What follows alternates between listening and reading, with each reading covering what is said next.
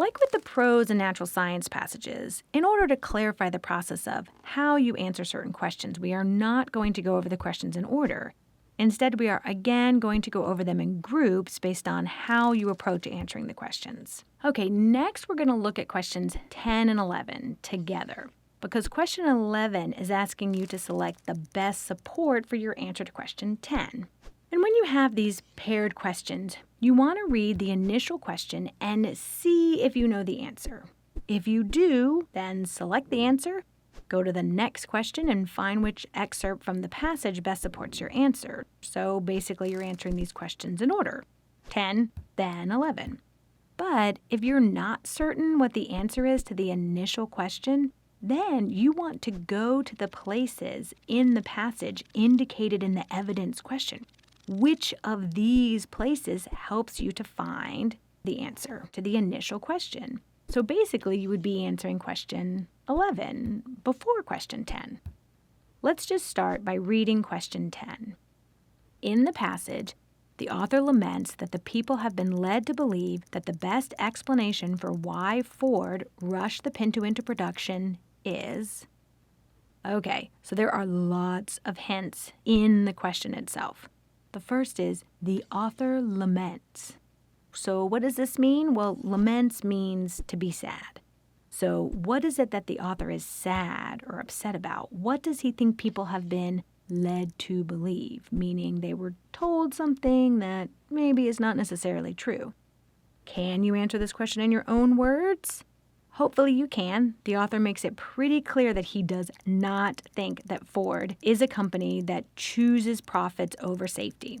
So looking over the answer choices, it is clear that choice D, greed as driven by capitalist economy, matches that idea. So this means that now, in order to answer number 11, all you have to do is find the excerpt from the passage that best supports your answer to 10, right? Which was the idea that the author is saddened by the idea that people have been led to believe that Ford rushed the Pinto into production out of greed.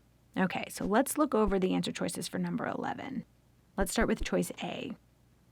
A Pinto burn victim was awarded a record $125 million in punitive damages in a civil trial. Okay, so does this support the idea that it was greed that drove Ford to move forward with the Pinto? I mean, not really, so let's eliminate that choice. Now, choice B is from paragraph 6. Pinto is better understood as a normal outcome of distinct organizational parts embedded in a larger network of interorganizational relationships. So this is more about how Ford was a large organization and how the author thinks that because of all these different departments, perhaps Ford did not know just how serious the situation was with the Pinto. So while this excerpt is part of the author's explanation of why Ford did not intend to harm, it doesn't really support the idea that some blame greed for what Ford did.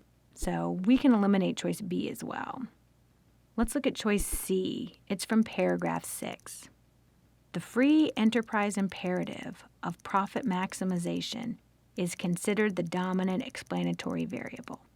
Yeah, so this particular excerpt is a little hard to follow, so you can spend a bit of time trying to break it down, or you can go to the passage, maybe read some sentences around this excerpt and see if some context will help you understand, or you can just leave it, not eliminate it, not select it, just for a moment, and let's see what choice D has to say.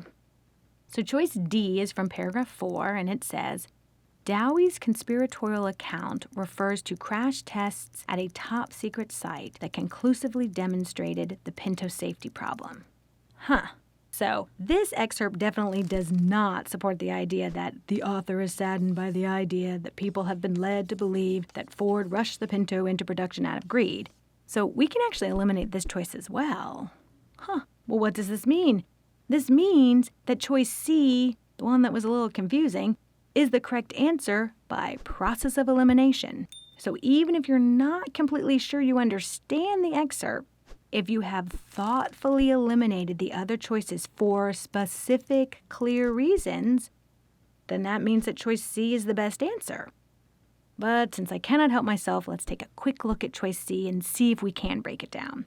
So the first part is The free enterprise imperative. Well, this just means the company's main goal.